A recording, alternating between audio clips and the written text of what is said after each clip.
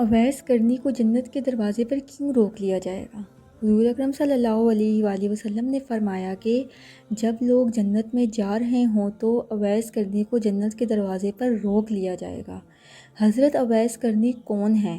اویس نام ہے، عامر کے بیٹے ہیں، مراد قبلہ ہے، کرن ان کی شاخ ہے اور یمن ان کی رہائش گاہ تھی۔ حضرت نے ماں کے حد درجہ خدمت کی، وہ آسمانوں تک پہنچی۔ اویس کرنی حضور کی خدمت میں حاضر نہیں ہو سکے۔ جبرائیل آسمان سے پہنچے اور ان کی بات کو حضور نے بیان کیا، چونکہ حضور دیکھ رہے تھے کہ آئندہ آنے والی نسلیں اپنی ماؤں کے ساتھ کیسا سلوک کریں گی۔ ایک سائل نے سوال کیا، یا رسول اللہ صلی اللہ علیہ وآلہ وسلم، قیامت کب آئے گی؟ تو آپ نے ارشاد فرمایا، مجھے نہیں معلوم کب آئے گی۔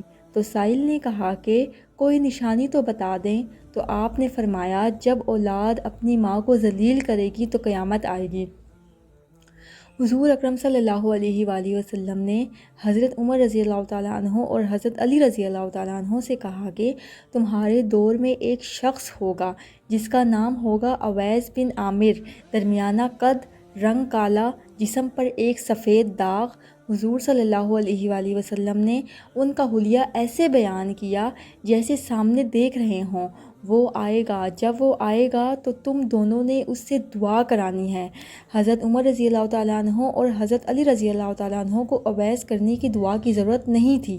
یہ امت کو پیغام پہنچانے کے لیے ہے کہ ماں کا کیا مقام ہے۔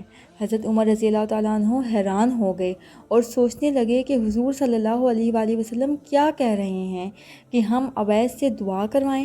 تو حضور صلی اللہ علیہ وآلہ وسلم نے فرمایا، عمر، علی، اویس نے ماں کی خدمت اس طرح کی ہے، جب وہ ہاتھ اٹھاتا ہے تو اللہ اس کی دعا کو خالی نہیں جانے دیتا۔ حضرت عمر رضی اللہ تعالیٰ عنہ 10 سال خلیفہ رہے، 10 سال حج کیا، لیکن انہیں اویس نہ ملے۔ ایک دن سارے حاجیوں کو اکٹھا کر لیا اور کہا کہ تمام حاجی کھڑے ہو جاؤ۔ آپ کے حکم پر تمام حاجی کھڑے ہو گئے۔ پھر کہا کہ سب بیٹھ جاؤ، صرف یمن والے کھڑے رہو۔ تو سب بیٹھ گئے اور یمن والے کھڑے رہے۔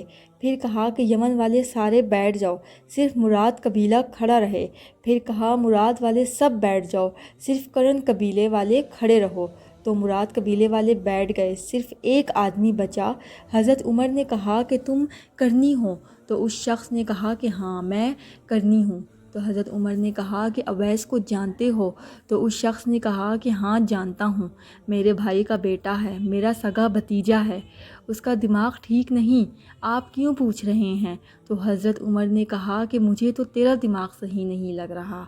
آپ نے پوچھا کدھر ہے؟ تو اس نے کہا کہ آیا ہوا ہے۔ پوچھا کہاں گیا ہے؟ تو اس نے کہا کہ وہ عرفات گیا ہے اونٹ چرانے۔ آپ نے حضرت علی کو ساتھ لیا اور عرفات کی دوڑ لگا دی۔ جب وہاں پہنچے تو دیکھا کہ اویس کرنی درخت کے نیچے نماز پڑھ رہے ہیں اور اونٹ چاروں طرف چر رہے ہیں۔ یہ آ کر بیٹھ گئے اور اویس کرنی کی نماز ختم ہونے کا انتظار کرنے لگے۔ جب حضرت اویس نے محسوس کیا کہ 2 آدمی آ گئے تو انہوں نے نماز مختصر کر دی، سلام پھیرا۔ تو حضرت عمر نے پوچھا کون ہو بھائی؟ تو کہا جی میں مزدور ہوں، اسے خبر نہیں کہ یہ کون ہے۔ تو حضرت عمر نے کہا کہ تیرا نام کیا ہے؟ تو اویس کرنی نے کہا میرا نام اللہ کا بندہ۔ تو حضرت عمر نے کہا کہ سارے ہی اللہ کے بندے ہیں، تیری ماں نے تیرا نام کیا رکھا ہے؟ تو حضرت اویس نے کہا کہ آپ کون ہیں؟ میری پوچھ گچھ کرنے والے ان کا یہ کہنا تھا کہ حضرت علی نے کہا کہ اویس یہ امیر المومنین عمر بن خطاب ہیں اور میں ہوں علی بن ابی طالب۔ حضرت اویس کا یہ سننا تھا کہ وہ کانپنے لگے۔ کہا کہ جی میں معافی چاہتا ہوں، میں تو آپ کو پہچانتا ہی نہیں تھا، میں تو پہلی دفعہ آیا ہوں۔ تو حضرت عمر نے کہا کہ تو ہی اویس ہے؟ تو انہوں نے کہا کہ ہاں میں ہی اویس ہوں۔ حضرت عمر نے کہا کہ ہاتھ اٹھا اور ہمارے لیے دعا کر۔ وہ رونے لگے اور کہا کہ میں دعا کروں؟ آپ لوگ سردار اور میں نوکر آپ کا، میں آپ لوگوں کے لیے دعا کروں؟ تو حضرت عمر نے کہا کہ ہاں، اللہ کے نبی نے فرمایا تھا، عمر اور علی جیسی ہستیوں کے لیے حضرت اویس کے ہاتھ اٹھوائے گئے. کس لیے؟ اس کے پیچھے جہاد نہیں، تبلیغ نہیں، تصوف نہیں، اس کے پیچھے ماں کی خدمت ہے. جب لوگ جنت میں جا رہے ہوں گے تو حضرت اویس کرنی بھی چلیں گے.